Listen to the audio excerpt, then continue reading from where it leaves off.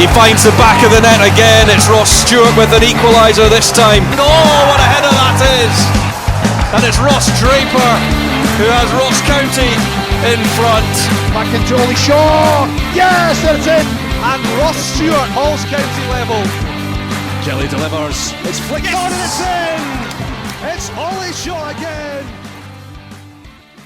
Welcome to the official Ross County podcast, the place that breaks down the on-field and off-the-field here at the Global Energy Stadium. I'm your host, Dale Prime McDonald, and I'm delighted tonight to be joined by Ross County legend, now first-team coach Don Cowie, RCFC TV's own Stephen Craigan, and former Staggies striker and newest addition to the RCFC TV team, Andrew Barrowman. Tonight we'll be talking Scotland, the trip to Kilmarnock this weekend, and the guys will be playing the list at the end of the show. Gentlemen, welcome. Don, firstly, thank you for joining us. You swapped the shin pads for the swanky office in the summer. How's the transition been into coaching with the first team? It's been good. That's 4 or 5 months now that I've made that transition, but really enjoying it. Feel comfortable, within the role. Just trying to improve and learn every day. But so far, absolutely loving it. Thank you. And do you still get that yearning when you're at the side of the pitch that you want to go on and break a game up and stick a foot in somewhere? Well, you obviously haven't seen me play, Dale, if you thought I was just breaking things up. But no, I think I'm comfortable with myself that I made that decision. I know what my role is within the club now. I had a great time, a long career. It's just trying to help the players now. Obviously you see the game and you see you love to be involved, but like I say, those days are past for me now. It's just fully focused on coaching and helping as much as I can. I was trying to be nice by making you sound like the tap.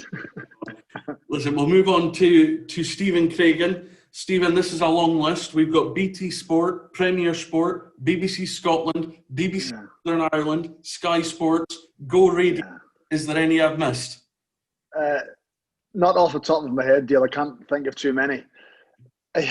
Listen, it was a difficult one because in the summertime when the season was called early last season, I'm thinking, what's going to happen? BT had lost a contract, so I was going to be out looking for work. So effectively, I was going to be freelance, and it was all about trying to find work, trying to piece it together. I've never been as busy. Since I finished playing, I've never been as busy. So listen, it may only be for a short time, so you have to enjoy it while you do it. You have to, take work when it's there. So long may it continue. Absolutely, Cuds. And listen, it's been fantastic to work with you so far this season. You've been front and centre of RCFC TV every game this season. How has doing club TV differed from doing, the broadcast stuff with the likes of Sky, BT, Premier? Do you know what? There hasn't been that big a difference because it's been very professional. I think, the way Roy has set it up, what he wants out of the TV channel, the information he wants put across. I think he wants a fair and balanced assessment of the game and the structure. So I think that's what you have to do. You have to call it as you say it. If you try and be someone you're not or try and make things up, it's quite clear when you're doing that. And I think having Stephanie Smith, who drives the whole process, she gets everything right. She wants to produce the best shows possible. So it's been very similar. It's been very smooth. I think having Roy and Jamie involved as well. Andy's been on. We've done an interview with Don. So I think getting the freedom to speak to so many people within the club, it gives us, a really good insight. And, as much as I didn't know an awful lot about Ross County and the inside, of course, from the outside looking, you could see that, they were a good club, well organised, good facilities. But there's a lot of good people at the football club, a lot of people who deserve success, a lot of people who want success. And they've been very welcoming for us coming up and doing the TV channel. So, hopefully we've done it all justice. Craig's going to put you on the spot here. You've had many former players as guests this season. We've had, Paul Lawson, Richie Hart, Stephen Mackay, Billy Ferris, John Rankin, and of course, Andrew Barrowman. Who's been the best to work with? So- You can't say that. You can't say that. Do you know what? Billy Ferris was one I liked because of his reputation with the Ross County fans. Just speaking to him, he was passionate about the club. He just spoke freely about his time playing there, being in the Highland League, moving into the Football League. I think then he decided it was too much for him. So I think just having his stories and his insight and actually seeing him in front of a TV camera, he was really nervous. But as it went on and it finished, he said after, I can't wait to do that again. You know, so to see someone grow in around TV like that, it was brilliant. And Andy's second. Good. Thanks for joining us, Cogs. Andrew, 18 clubs. Surely there's a record in there somewhere. I was just thinking that when you were reading out Craigs's, I was thinking that's kind of taking the heat off me a wee bit there, but no, the man of many clubs, as you say. Andy, I think there's only one person that's ever had more clubs than you, and that was Ian Woosnam at the Open in 2000, and it cost him £250,000 in prize money. I've heard that a few times. How have you enjoyed getting behind the mic on RCFC TV, Andy? It's been great. You know, first time I did it again, I was a wee bit nervous myself. Never done something like that before, but you know, I think we all enjoy talking about football, and at the end of the day, that's what we do, isn't it? So no, I've loved it, and it was great to work with ultimate professional like Craigs on Saturday there. So no, honestly, I mean, people don't see that, but people like Craigs put a lot of time and effort in the research. He turned up and he's got all the paper and everything set out ready. There's a lot of work goes into that, and you know, it's not a fluke that these guys put on good shows. It's a lot of time and efforts put into these things. So no, it's been great. Enjoyed it really much. Absolutely, Andy. And now most people will be aware you're the king of sportswear giant Joma in Scotland, try to flog kits left, right and centre. When you're out in front of a club or a decision maker at a club, a chief executive or so on, what's the sales pitch? Is it Del Boy or is it suit and tie? Somewhere in between, probably. I'd like to see. I mean, I'm representing tonight. It's wasn't a deliberate thing. I just stuck this on. So no, it's good to be involved in football and sport on a daily basis, and you know, speak to like-minded people. You know, you end up when you're meeting with these guys, and you end up talking about, you know, previous week's results or the up and coming fixtures for the first hour, and then you go, right, we better get down to business and speak about what I'm here for. And it's good. It's really enjoyable. It's a great job and great company to work for, and just need to get Ross County in it soon. That'll be us. Job done. And just rounding up your introduction, you've had a new addition this week to the family. Yes, that's probably the bags under the eyes. I'll account for that. So yeah, new little girl born on Monday, April. So it's trying to acclimatise to the nappies, and our little boy's 3.5 now. So getting back into swing of things with the night up during the night, feeding and all that. So good fun. Well, congratulations. Thank you. Cheers. On behalf of everyone. Guys, we'll go to the first topic. You can't escape it right now. Scotland's success. Albeit the past 2 games didn't go in Scotland's way, but the biggest point was the win over Serbia. Don, you've been involved in youth football here at Ross County for the past couple of years. This success and getting to the first, finals in 20 years, this is going to have a huge effect on young footballers across Scotland who, with the COVID-19 pandemic and not playing football, may have fallen to the wayside. You hope so. The only thing is, it's a different era now to, the last time when we qualified, for a major final. There's a lot of distractions for young people, whether it's mobile phones, computers, etc. So you just hope that can maybe shift the focus a wee bit, and they can concentrate on football and, like you say, give them that wee appetite to get involved. Whether that'll happen or not, we don't know, but you just hope that maybe it can inspire them, to get involved and play a lot more football. Gail, it's funny. It's just, the only way I can relate it to is that Northern Ireland qualified for Euro 2016. That was their first tournament since 1986, 30 years. And I look at the players who went to that competition, and they're now role models. That's the impact. The likes of Johnny Evans and Steve Davis and Craig Cathcart, Aaron Hughes, Gareth McCauley, now and again, guys that scored and played in that tournament. First of all, they said it was the best thing they'd ever experienced in football. And, Johnny had played for Man United, Steve had played for Rangers, won trophies. But the impact of the national team and the crowds gathering back home, young people wanting to wear Northern Ireland jerseys with their name on the back, and suddenly football became not rejuvenated, but it just gave it a lift when it possibly needed it. And I think, you look at these times now with COVID-19, with football not having any fans, people are wanting to escape to something. And I think the national team has given people that escape. You think of the players that, great Scottish players, certainly in the last 10, 15 years, who haven't been to a major tournament. Scott Brown, Barry Ferguson, Darren Fletcher, James McFadden, incredible talents who never got to do it on a national stage at a major tournament. So I just hope Scotland gets the same impact that Northern Ireland did. Absolutely. And, one guy that's come out of this, with a great deal of credit is Ryan Christie. And I've seen a lot of Ross County fans even congratulating him on social media for the achievement and what we'll just call, that post-match interview.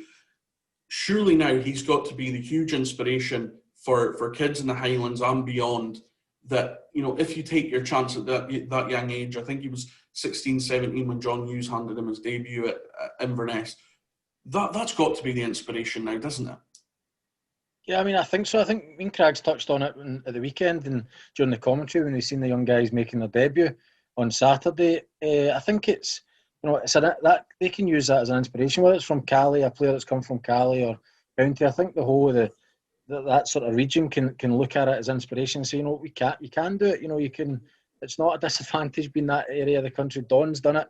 They want to be a top professional and international, and that Ryan Christie just doing it. It'll spur local kids on to go and replicate that and go and become stars in their own making. I think what happens is when it comes closer to home, people start to believe that it can happen. If you're based in the Highlands and you're watching people from Glasgow or down in the Central Belt continually playing for the national team, and yes, you still have an affection for it, but when someone is close to home and maybe someone from the family and the reaction it's had, you want young players to sit up and think, I can do that.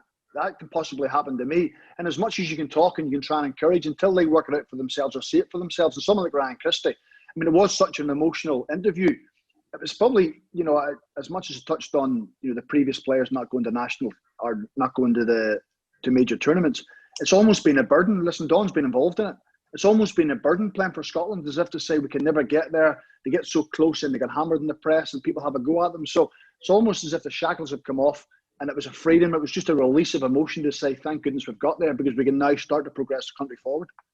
Absolutely. Just on that, I can vouch that because just what Craig said there, the reason I got my Scotland, introduction was because people didn't want to be part of the squads.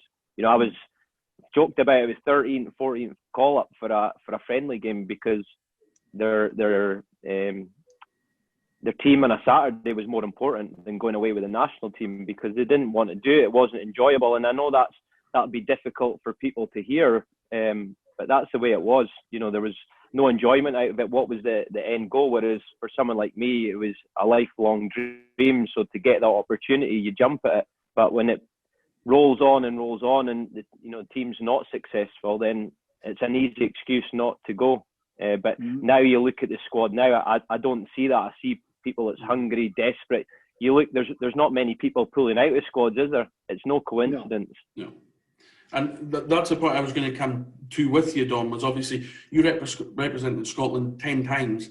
What is the emotions of that first call-up? What's the emotions that take you through that period? Because it's an incredible sense of pride to be called up for your country. Well, I didn't think it was a realistic aim. Genuinely, I didn't think it was. And then, like I say, you get it through a bit of good fortune, a bit of luck. But then, because I took that opportunity and made the most of it, it meant I was in the squad the next time it was named. So it's about timing. It's about, grasping that opportunity because once you're in there, it's hard to get in there. Mm-hmm. But then when you're in it, it's even harder to stay there, especially now with the amount of quality it's about. But there is opportunities to get there. And when you get that, I can't even explain how good a feeling it is, representing in your country. Craig's done it as well. It's unbelievable. It's something you dream of, and to actually achieve it, lives with you forever. Absolutely. And guys, listen, getting to the finals is a huge success. I think the date everyone is looking to is the 18th of June next year, Scotland, England at Wembley, and what an occasion that'll be. Move the focus now on to Ross County, and it's a trip to Kilmarnock on Saturday. I want to look back firstly at the game at the start of the season here at the stadium, where we took the lead early through Ross Draper, but that turned into, probably for me, one of the most exciting games of the season, because the second half, Craigs, you were on commentary, that was so to and fro, and anyone could have grabbed the win that night, let alone the point. Yeah, it was probably a game of two halves. Because, well, I know that's the old adage, but certainly first half County should have been further ahead. I thought they played really well. They had beaten Motherwell in the first game, then they had went to Hamilton and won, and they looked in the first half a team full of confidence and felt as if they should have added to their single goal they had. Suddenly Kilmarnock had a goal out of nothing, and then they kind of grew into the game. They got after the game. I think Alan Power scored, then Chris Burke scored, and then it was all about a test of character. You know, that was something we had spoke about in the pre-season show, that if they go behind or they're struggling in games, do they have the character to come back? And that was the first sign of the character that the team showed. Going behind in a game they were probably, dominant in, and then suddenly they found themselves 2-1 down. Could they bounce back? And they did. I think it was a Ross Stewart penalty got them level in the game. So listen, there's nothing between the teams. You have to look at Dundee United in 5th on 17 points, Livingston on 10th on 12 points. There's that kind of mid area. It's all about, can you string 2 or 3 results together when you play someone in that kind of group. I mean, if County win on Saturday, they go above Kilmarnock in the table, and Motherwell and St Johnstone play above them. So if they draw, they can actually jump 3 positions. So that's how close it's going to be. But the main thing is you want to stay in contact with that group, and winning on Saturday will certainly do that. Absolutely. And, the point that sticks out in my mind was after we got it to 2-2, Ross Stewart scored the penalty. He then takes a shot from about 20 yards that comes off the post. And just didn't see it coming, guys. The other point on the back of this game is down at Rugby Park, and it's something that comes up every time a team plays at Rugby Park, the AstroTurf surface. Now, guys, I've never played on an AstroTurf surface, so I don't know what it's like to play on. Is there a huge difference in playing on AstroTurf than there is to grass for 90 minutes? I mean, for me, yeah, I always felt there was a difference. I think the ball runs differently. I think it bounces differently. There's just a different feel about a game now. It's strange because you train on it. Most Premier League teams will train on AstroTurf for a large part of the season, just given the weather conditions and stuff. But it just felt different for me in a game. I don't know why. I don't know what it was, but it's not the same. It wasn't the same for me. And if you're a home team and you're training on it every day, then of course you're going to be at advantage. That's I don't know. That's plain to see. It's going to help you, and it's going to help you. You're going to have a better understanding, as I said, the bounce of the ball, the run of the ball, and so it is a clear advantage. But it's here. It's here to stay. I think, particularly in Scottish football, I don't see it ever. I think it's only going to become more and more popular, given as we all know, the financial side of it, when you can use the facility and whatnot. I totally get that. So I think it's just something the modern day player has got to get used to, and been used to probably training on it, but now they've got to get used to playing matches because it's here to stay, as I say. Don, you came on and played on it at Kilmarnock last season.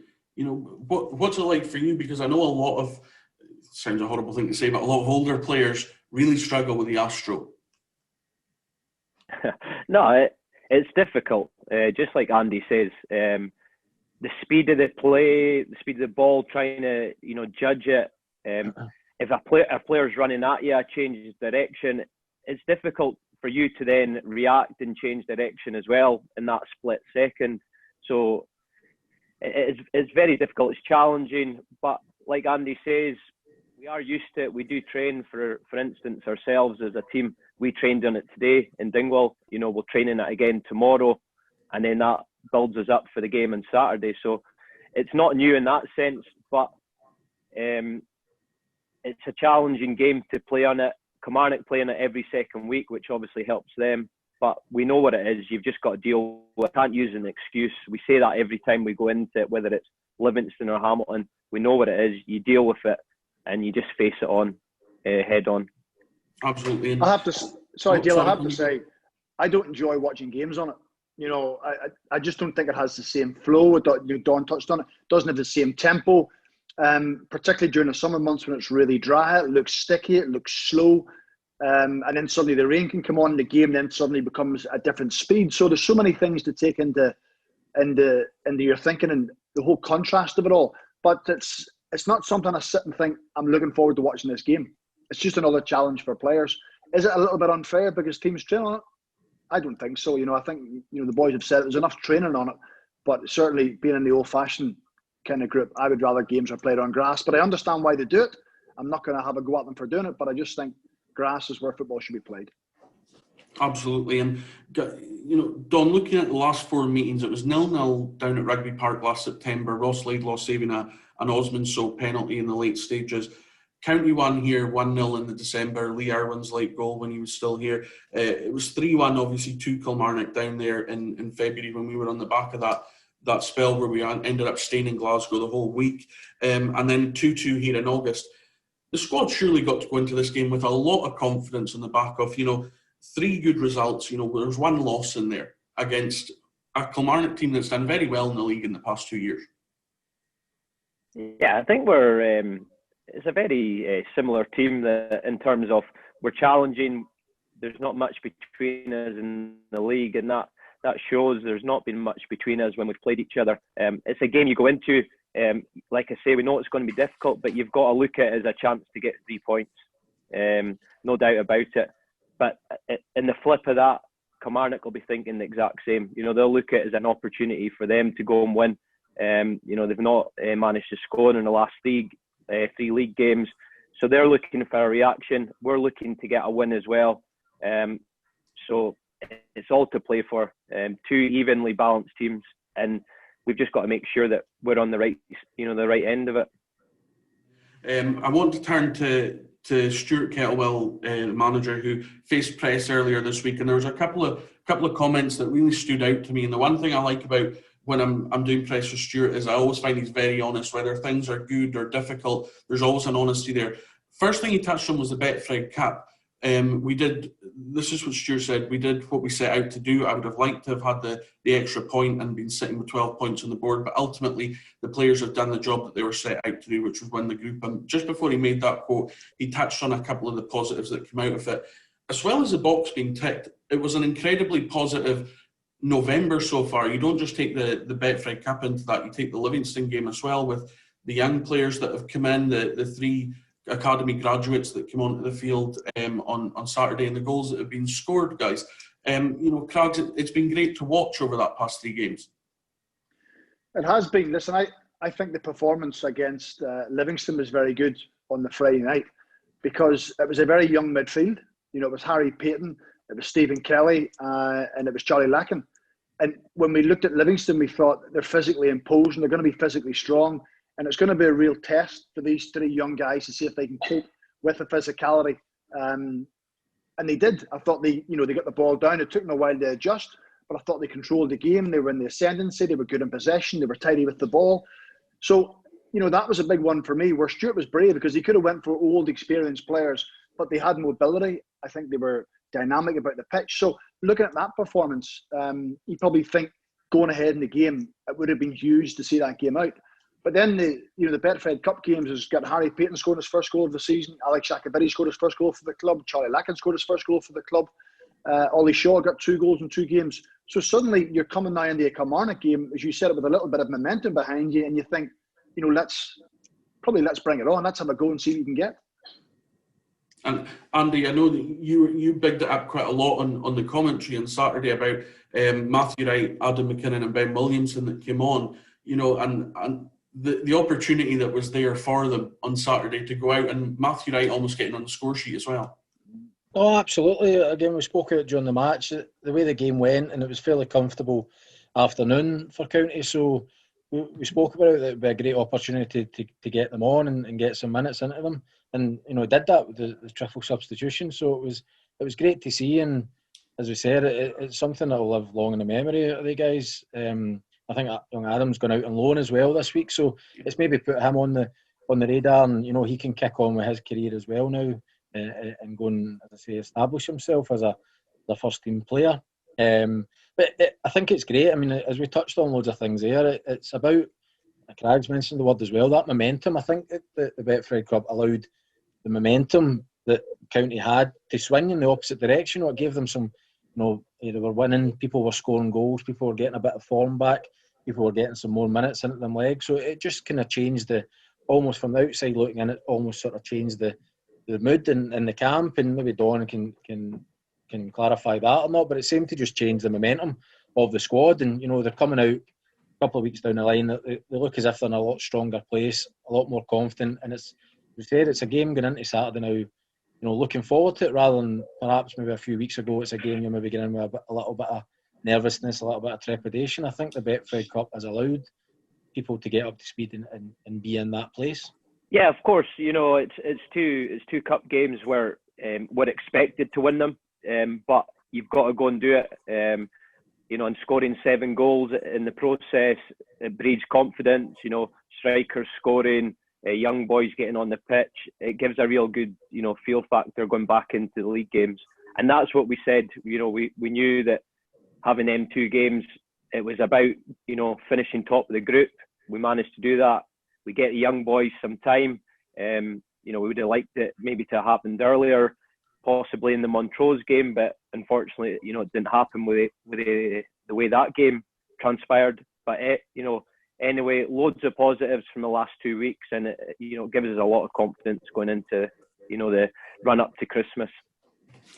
Definitely. The next point I picked up on with Stuart was he was talking about Ross Stewart. Now, Ross obviously in the summer was at the height of every speculation gossip column that was going about where he was going to go. And what he said about Ross, he's a good player, he's a good finisher. I think maybe he's put a lot of pressure on his own shoulders that he feels like he has to be the guy who scores every week. I know how difficult that is to do in the Premier League. Saying that, he gets an assist there for Ollie Shaw on Saturday.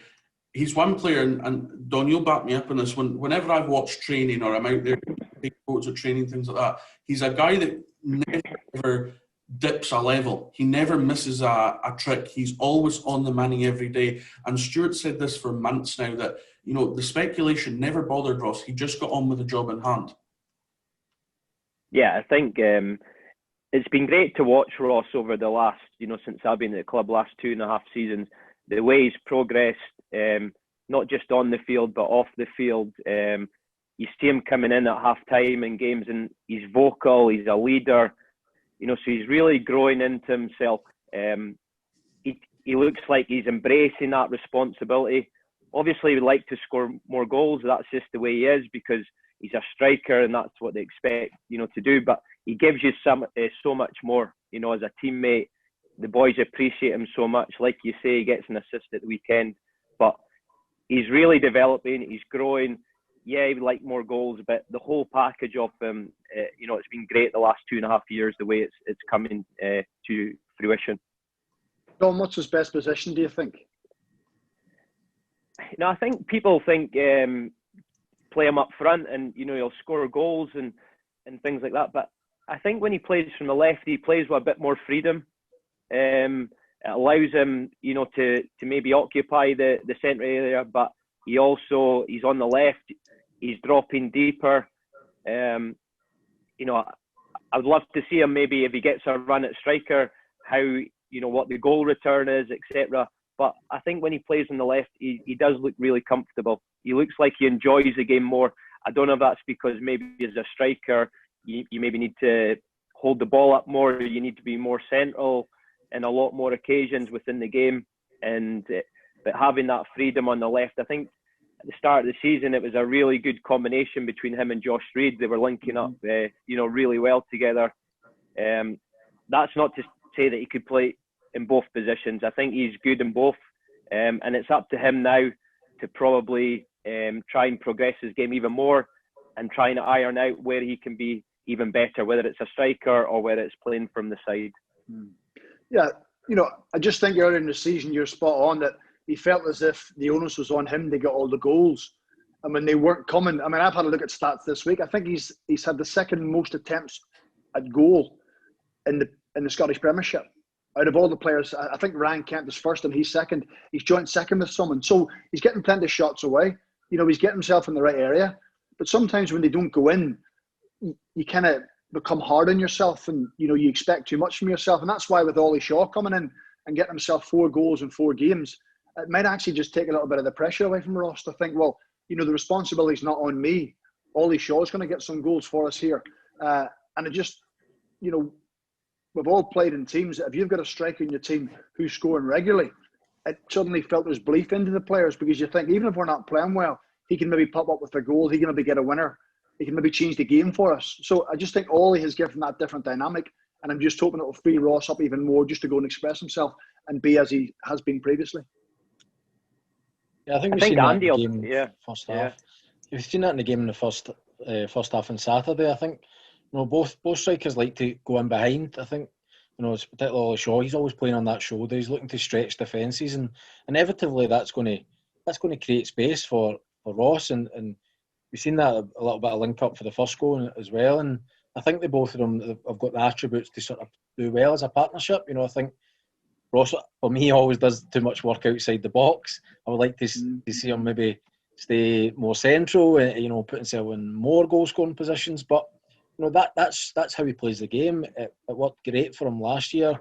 And there's no doubt, as Craig's saying, if he's having that amount of attempts on goal, then the goals are going to come. I think he just needs to do what he's doing, and he's, as you say, he's contributing a whole lot more beyond, you know, scoring goals. So that's how he plays the game. That's his style of being a striker. And, you know, as a teammate, it's really good if you're a midfielder and you know that the guy in front of you is going to put that work effort in, and he's going to give that for the cause every week. It's a really good attributes to have beyond scoring the goals. And, you know, Ollie Shaw has shown in recent weeks that he's more than capable of taking on some of that responsibility as well. So it's a partnership that really could work well.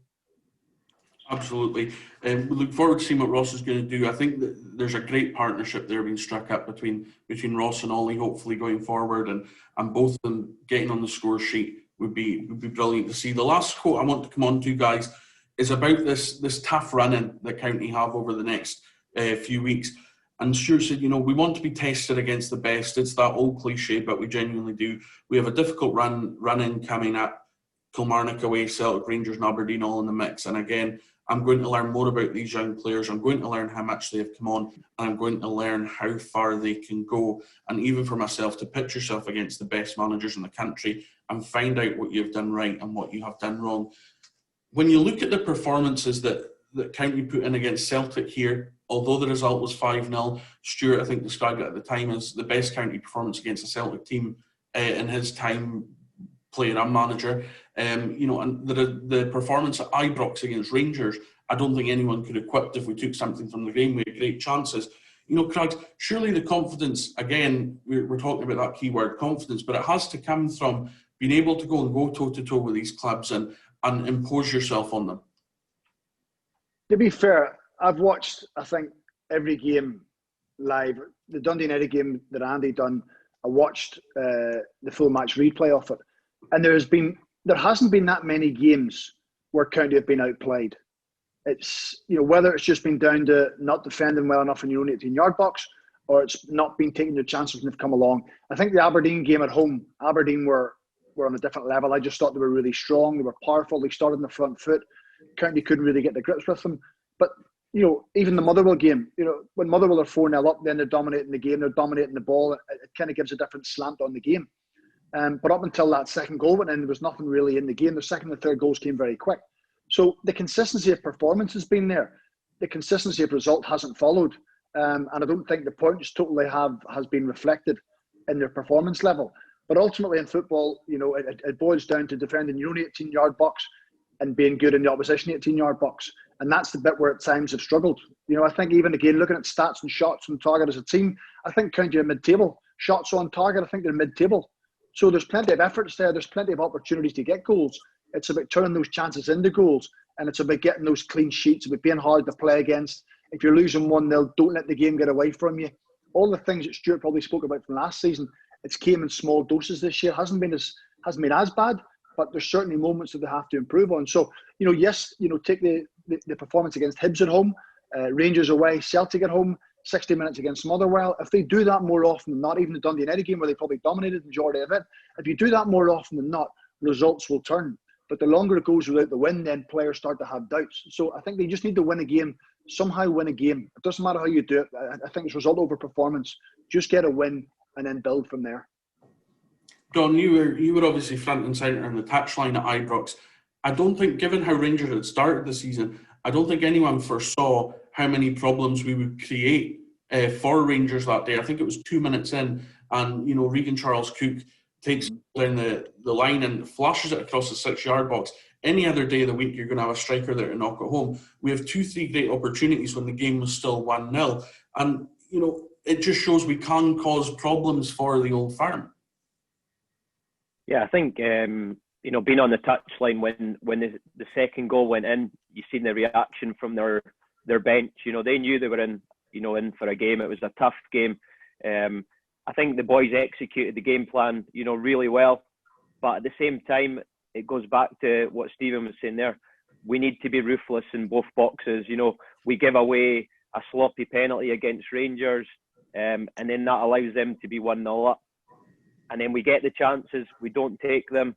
So then you go away and it's a 2-0. For anyone that's not at the game, they just think it's a, run-of-the-mill win for Rangers. But it was anything but. But that's the little things that we need to do. It's the little details that we need to iron out if we want to progress and get further up the table. Because, like I say, in between, there's not been an awful lot wrong. But it's giving cheap goals away and not taking chances at their end. And it's a combination that you need to try and get right. That's what the best teams do, isn't it? The teams that string the 4 or 5 wins together, I mean, that's how they do it. It's not rocket science. It's particularly in that league, in that section. And as we touched on again, most teams are pretty evenly matched. Most squads are pretty evenly matched. It's the team that can go and turn the defeats or turn the draws into victories and string the wins together that end up creating a little gap for themselves and end up pushing themselves into that top half of the table. And there's a group of teams that are all striving to do that. It's not easy to get that consistency into your game, but that ultimately that's what's going to be the difference between pushing yourself up into that top 6 and being in that lower bottom 6. That's the difference. Absolutely, guys. Just as we kind of round up looking ahead to the game on Saturday, one player that's been spoken about a lot over the past few weeks is Ollie Shaw, and I remember Leanne Dempster came out with a quote that Ollie Shaw has the potential to be one of the best strikers in Europe. We're not saying that he's at that stage, but he's beginning to show what everyone knew he had in his locker, isn't he? Andy, as a striker, you must see that. Yeah, I've always liked Ollie Shaw, even when I was a young lad, making a breakthrough at Hibs. I like the way he plays the game. As I said, he's always looking to get in behind. He plays on that shoulder of defence. It's a nightmare. I should tell you, it's a nightmare for defenders to play when someone's wanting to run in behind you all the time. And that's what he does. And it's shown in the goals that he scored. He's a real goal threat. I think if he can bring in and improve other areas of his game, in terms of back to goal stuff and things like that, then I think, he's a real talent. And for me, he was a real coup when Ross County signed him. I'm sure there was no shortage of people that were interested in his signature, and it was a real achievement, I think, to get him to sign for the club. And I'm sure he'll kick on now. He's got that confidence. You can see in his play on Saturday in the first half. You can see that he's got that little spring in his step. He's got the confidence that scoring 2 or 3 goals brings, and I'm sure he'll be looking to build on that. And he's certainly got the talent and the attributes to do that. He can score goals in the Premier League. There's no doubt about it. And having someone like Ross Stewart up there as well to complement him will only help him. So I think he's in a good place right now, and hopefully he can build on it on Saturday. Listen, Dale, centre forwards are very precious. Centre forwards like to be loved. They like everybody to talk about them. They love to see their name in the paper. They want to get all the headlines. And Ollie Shaw would have, wanted to hit the ground running. He joined in January. He didn't get his first goal till October for the club. So that ultimately, we've missed 4 or 5 months of the season. But the longer it goes as a striker and you don't get that goal and you feel that burden on yourself and you get disappointed, you get low, you get down, it isn't until that first goal comes and suddenly you start to see light at the end of the tunnel.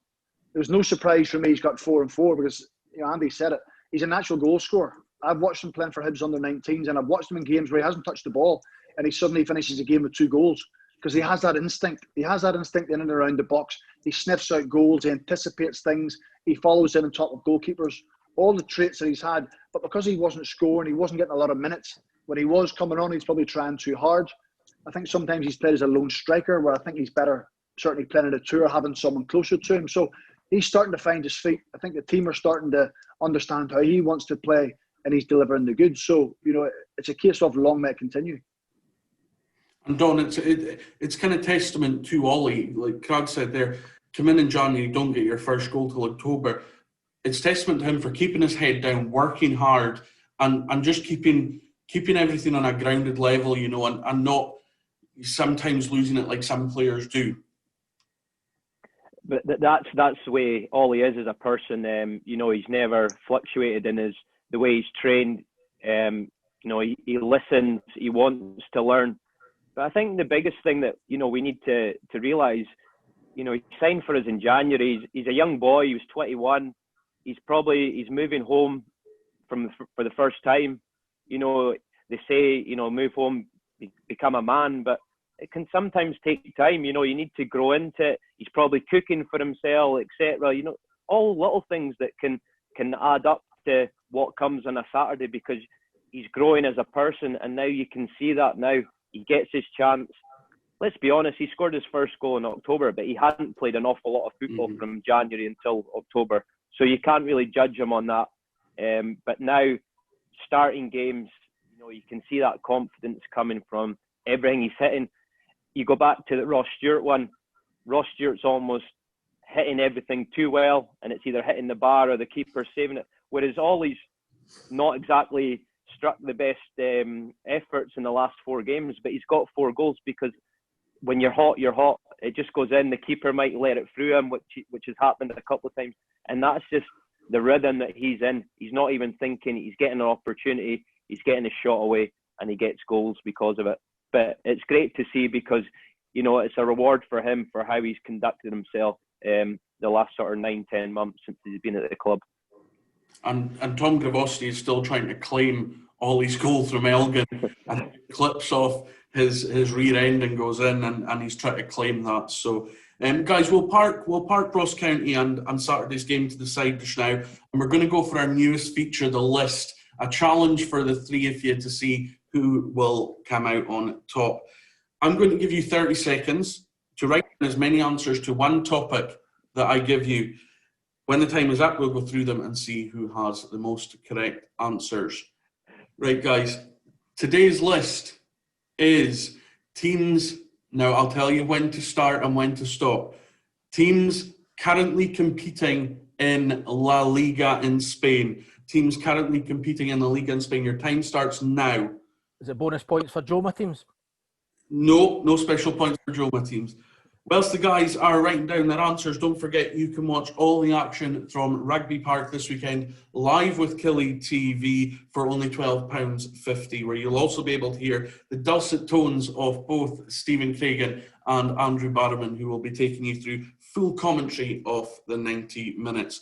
For viewers outside the UK and Ireland, sign up to RCFC TV for £20 a month and access all home and away league matches live. Time is up. Pens down. Wow. That was quick. And I got a good promo for Saturday out at the same time. Right. Don Cowie, let's go with you first. Let's start your list. Real Madrid, Atletico Madrid. Hold on. I've got to mark them off here. Real Madrid. Atletico Madrid. Yep. Sociedad. Well done. Villarreal. Another one in the bag. Valencia. Valencia, yep. Barcelona. I can't pick you up there, Don. Barcelona. Barcelona, yep. Eibar. Eibar. Seville. No, you've dropped out again, Don. Seville. Seville. Yes. Last one is Huescar? I don't. Is that how you pronounce it? Yes, I'll accept. That's me. So that's 1, 2, 3, 4, 5, 6, 7, 8, 9 for Don Cowie. Stephen Craigan. Yeah. Real Madrid, Atletico Madrid, Yep. Sevilla or Seville. Sevilla. Are Levante there? Yes. Sociedad. Yes. Osasuna. Well done. Betis. Yes. Mallorca. No. Did they get relegated? No. Barcelona, Valencia. Is it Leganes? Are they there? No.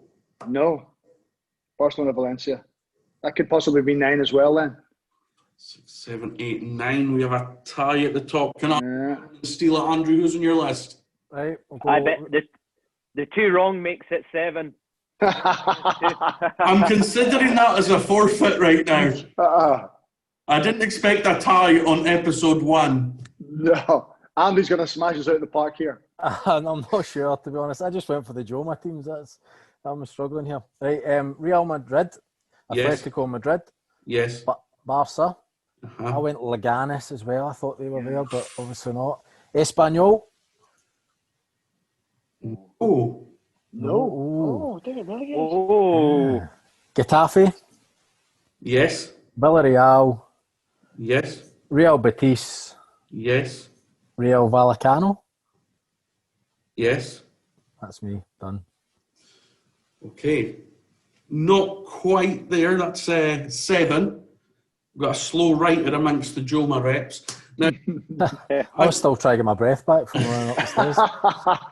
I am going to follow through with Don's suggestion, Stephen. I think we're going to have to deduct the teams that were not in. Awful. So somebody names 11 teams and you get punished. Stephen, this is my frustration on this, right? I'm biased. Don Cowie as a footballer, I know. tremendous. You're right, Andy. Don Cowie as a golfer, tremendous. Don Cowie as a darts player, tremendous. Don Cowie at the list, tremendous. The man can do no wrong. That's true. To be fair, I'll vouch for that. He is. I've not found someone. I've known him for a long time. And he is married to an ex-Scotland internationalist. Sport Billy. Yeah. He is, honestly. That's so true. Don Cowie, well, So that's the first winner of the list on the official Ross County podcast. How do you feel? Brilliant. It's just another accolade that I can add to the trophy, that big trophy cabinet you've got behind you, Dale. I'm going for the best backdrop.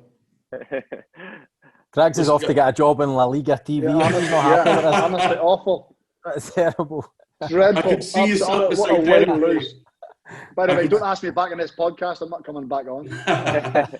I could just see you sat beside Derek Ray on Spanish La Liga coverage. Don Cowie, Stephen Craigan, Andrew Barrowman, thank you for joining me on the first episode of the official Ross County podcast. We'll see you all again soon. Don, I'll see you in the morning. Craigs, Barra, all the best for commentary on RCFC TV this weekend. That's it from us, guys. Thank you all for joining us on the first episode, and we look forward to seeing you soon. Thank you.